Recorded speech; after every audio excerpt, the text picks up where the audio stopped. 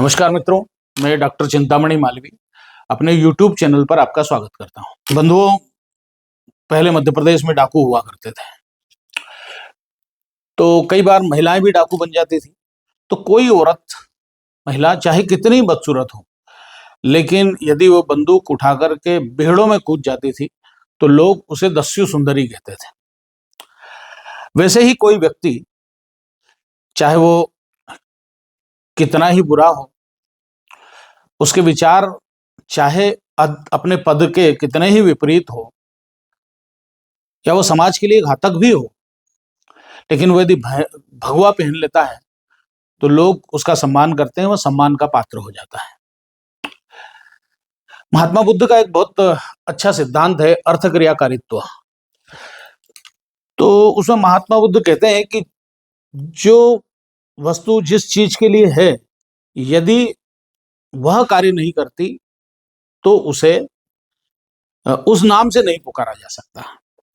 जैसे ये पानी है, पानी यदि प्यास नहीं बुझा सकता और आग भी नहीं बुझा सकता तो फिर इसे पानी नहीं कहा जा सकता, कुछ और कहना होगा। शिक्षक है, यदि पढ़ा नहीं सकता तो फिर वो शिक्षक नहीं है, कुछ और हो सकता है। सैनिक है, लड़ नहीं सकता, साहस के साथ साहस नहीं कर हिम्मत नहीं कर सकता तो फिर वो सैनिक नहीं है। वैसे ही संत यदि संत के अनुरूप कार्य नहीं करे तो फिर वो मेरी दृष्टि में संत तो नहीं है, और शंकराचार्य तो बिल्कुल नहीं है। चाहे वो कहीं से जोड़ तोड़ के साथ शंकराचार्य की उपाधि गलत रूप में लगा ले, वो तथाकथित ही कहे जाएंगे।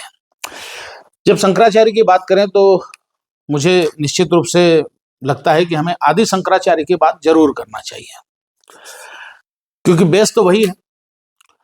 तो बंधुओं, आदि शंकराचार्य केरल के कालड़ी गांव में हुए थे।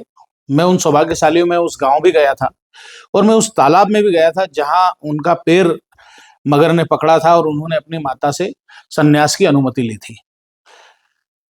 8 वर्ष की आयु में वो संन्यास्त हुए। उन्होंने गौड़पाद से शिक्षा ली और पूरे चारों वेदों का उन्होंने अध्ययन किया। पूरे देश की पैदल यात्रा की, पैदल भ्रमण किया, और जहां भी वो जाते, उस समय चूंकि बौद्धों का बोलबाला था, क्योंकि बौद्ध 2500 साल पहले बौद्ध धर्म आ गया था, तो 7 सालों में बौद्ध धर्म बहुत स्थापित हो गया था, बौद्ध पंथ।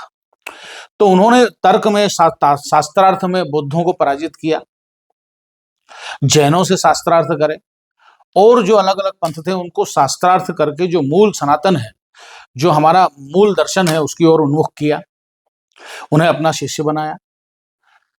उन्होंने पूरे देश की पैदल यात्रा की, ओंकारेश्वर भी वो आए, और चारों देश की चारों दिशाओं में एक एक शंकराचार्य पीठ की स्थापना की। इस शंकराचार्य पीठ में उन्होंने जगन्नाथपुरी में गोवर्धन पीठ, गुजरात में द्वारिका पीठ, बद्रीनाथ में ज्योतिर्मय पीठ, और दक्षिण में श्रृंगेरी पीठ की स्थापना की। 4 शंकराचार्य पीठ बनाई। वैसे ही न केवल उन्होंने भ्रमण किया, देश को सांस्कृतिक एकता में जोड़ा, बल्कि इस वेदांत का जो दर्शन है वो दुनिया को दिया। उन्होंने बहुत सारी किताबें लिखी, खासकर भाष्य लिखे। उन्होंने सबसे पहला जो बादरायण की जो ब्रह्मसूत्र था, उस ब्रह्मसूत्र पर भाष्य लिखा, बादरायण के ब्रह्मसूत्र पर। गीता पर टीका लिखी, सौंदर्य लहरी नामक पुस्तक की रचना की, भज गोविंदम मूढ़मते इस पुस्तक की रचना की। उन्होंने 11 उपनिषदों पर भाष्य लिखे, यानी, और पूरे देश में बौद्धों का पराभव करके मात्र 32 वर्ष की अवस्था में उन्होंने प्रयाण किया। उनका देहावसान हो गया। अब ये जो चारों पीठें थी, ये तब से 7वीं शताब्दी से इन पर शंकराचार्य के नाम से विद्वान लोग बैठते आए। और शंकराचार्य का जो, किसी को शंकराचार्य बनाने की परंपरा है, उसमें यह है कि तीनों शंकराचार्य की सहमति होना चाहिए। जो काशी की विद्वत परिषद है वो उसकी सहमति देना चाहिए, उसकी परीक्षा लेकर के, तब कहीं शंकराचार्य बनता था। गुरु की कृपा तो है ही, गुरु तो बनाते ही थे, लेकिन अब मुझे लगता है कि हिंदू धर्म का यह सर्वोच्च पद भी दूषित हो गया है। और जब एक कई बार कहा जाता है कि जो व्यक्ति जो होता नहीं और होने का दावा करता है तो वो फर्जी कहलाता है। मुझे लगता है कि ये जो तथाकथित शंकराचार्य है, इनके कृत्यों से ऐसा ही भाषित होता है। लेकिन इन पर बात करने के पहले, क्योंकि जो विरोधाभास है, जिस विरोधाभास को आपके सामने में रखना चाहता हूं, शंकर का दर्शन पर चर्चा किए बगैर शायद ध्यान में ना आए।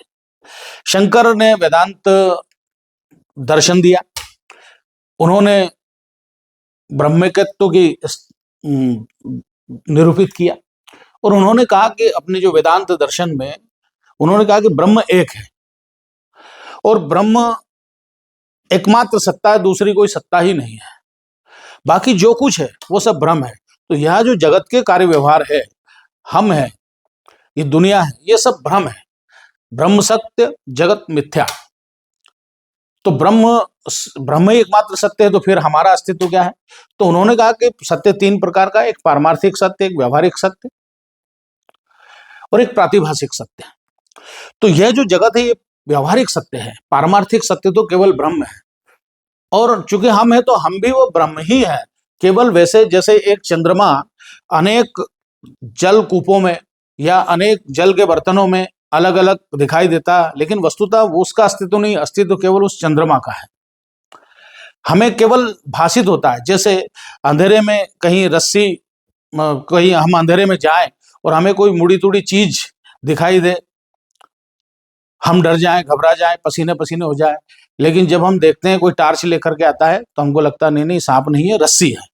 तो वैसा ही यह जो जगत है ये हमको सत्य मालूम होता है, लेकिन जब ज्ञान हो जाता है तो यह हमको उसकी सच्चे उस मालूम होता है कि जगत तो असत्य है और जगत के सारे कार्य व्यवहार भी असत्य है, ब्रह्म ही केवल सत्य है। तो ब्रह्म इस व्यवहारिक जगत का निरूपण कैसे करता है? तो वो माया से करता है। तो माया ब्रह्म की शक्ति है, और माया के पास जो दो शक्तियां हैं, एक आवरण है, एक विक्षेप है। तो आवरण से वो जो जगत, एक किसी वस्तु को या जगत को या ब्रह्म को आवृत कर लेती है और नए रूप में भाषित करती है, दूसरे रूपों में भाषित करती है, जगत रूप में भाषित कराती है। तो यह जो माया है, इस माया के कारण जब ब्रह्म मायोपाधिक हो जाता है तो वो ईश्वर रूप में हमें लगता है। वस्तुतः सत्ता केवल ब्रह्म की है। जब हमें ज्ञान हो जाएगा कि ब्रह्म एकमात्र सत्य है और मैं भी ब्रह्म हूं, अहम ब्रह्मस्मि, तो फिर वो मुक्ति हो जाएगी और वो केवल ब्रह्म ही सत्य है, बाकी सब असत्य है। तो ये सब क्या है? ये अध्यास है, माया स्वरूप है। तो अध्यास क्या है? यानी किस किस स्तर का एकत्व। जब हम देखते हैं कि बाकी भी धर्म एकेश्वरवादी होने का दावा करते हैं, लेकिन ब्रह्म के एकत्व के बराबर कोई नहीं पहुंच सकता, क्योंकि उन्होंने बाकी सबकी सत्ता को ही असत निरूपित किया है। उन्होंने अध्यास की बात की कि भाई ये जो जगत है ये एक तरह का जगत क्यों, बाकी चीजें भी, उन्होंने कहा एक माया है, भ्रम है, अध्यास है, सत्य तो केवल ब्रह्म है। तो वो जो ब्रह्म है अलग अलग तरह का अध्यास है। जैसे उन्होंने कहा कि भाई चार प्रकार का उन्होंने अध्यास बताया। बाह्य धर्मों का अध्यास, तो बाह्य धर्मों का अध्यास, ये हमारी कार है, कार को कोई अगर स्क्रैच मार दे तो हम झगड़ने लग जाते हैं, ये मेरी कार है, वस्तुतः वो कार किसी की नहीं है। ऐसा ही स्त्री पुत्रादि का भी अध्यास होता है कि ये मेरी स्त्री है, मेरा पुत्र है, या पुत्र के दुखी होने पर हम दुखी होते हैं, पुत्री के दुखी होने पर, ये अध्यास है, ये माया है, ये अज्ञान है, ये ब्रह्म, ये आचार्य शंकर कहते हैं। और ना केवल ये, उससे भी आगे के जाकर के वो कहते हैं कि देह धर्मों का अध्यास। तो देह धर्मों का अध्यास क्या है? कि मैं मोटा हूं, मैं काला हूं, मैं दुबला हूं, मैं क्रश हूं, मैं कमजोर हूं, ये जो अध्यास है। वस्तुतः जो आत्मा है वो ना दुबला होता है, ना मोटा होता है, ना काला होता है, ना गोरा होता है, वो तो ब्रह्म ही है, आत्मा जो है। बस केवल उस सत्य को जान लेना भर है। वैसे ही इंद्रिय धर्मों का अध्यास, यानी इंद्रिय भी हमारी नहीं। जब मैं कहता हूं कि मैं काना हूं या मैं लंगड़ा हूं, तो वस्तुतः आत्मा ना लंगड़ा होता है, ना काना होता है, ना अंधा होता है। तो आत्मा तो परम तत्व है, सत्ता केवल ब्रह्म की है। तो ये जो भी कुछ जितने कार्य व्यापार है दुनिया के, ये सब भ्रम है।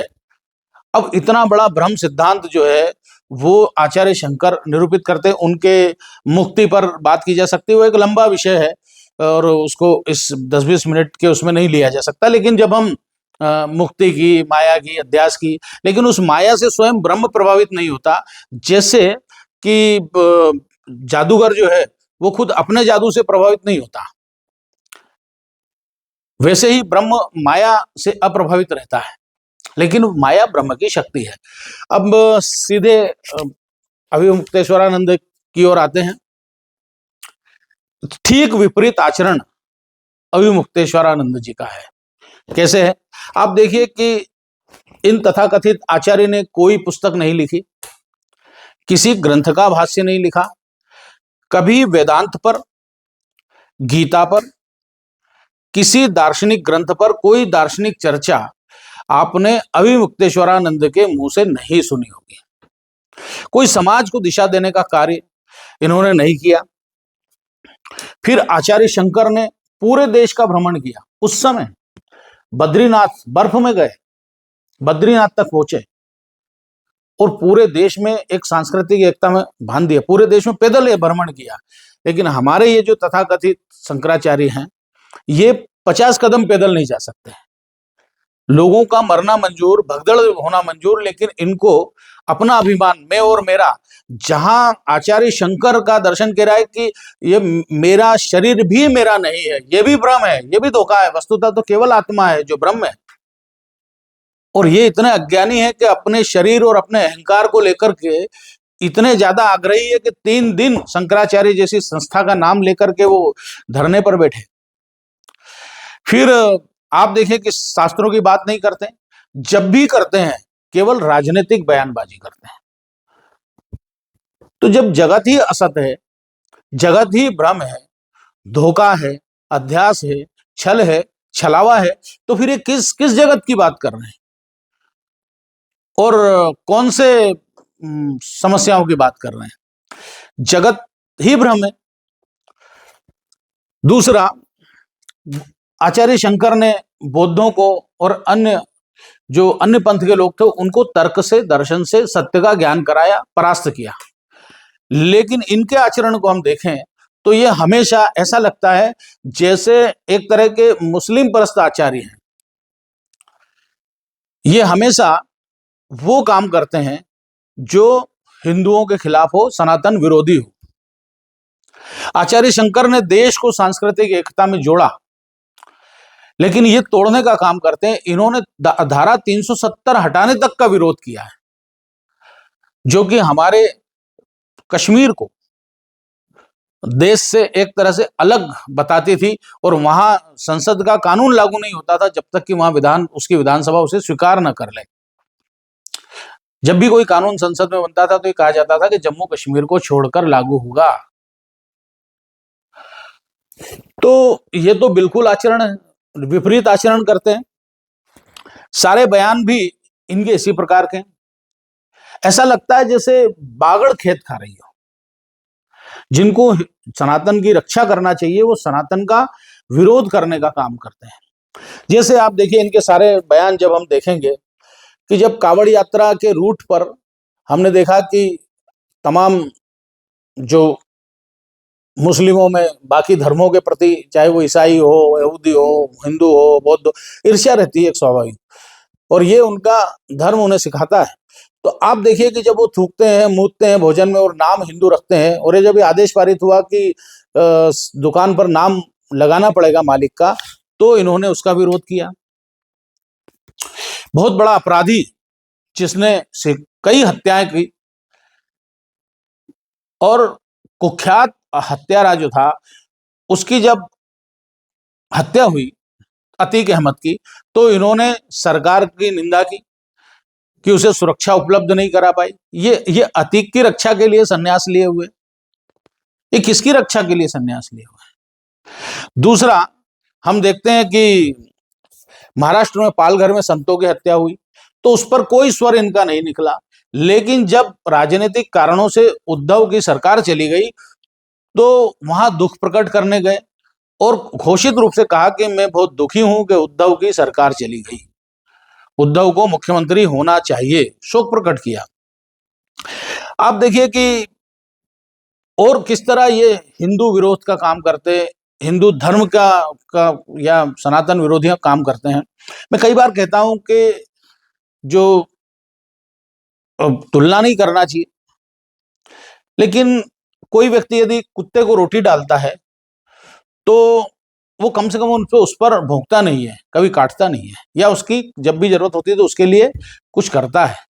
लेकिन ये तथाकथित धर्माचार्य, इनको कंधे पर हिंदू उठाता है, इनके सारे काम और सारा इनका वैभव हिंदुओं के कंधों पर है, लेकिन ये उन्हीं के नाश की बात करते हैं।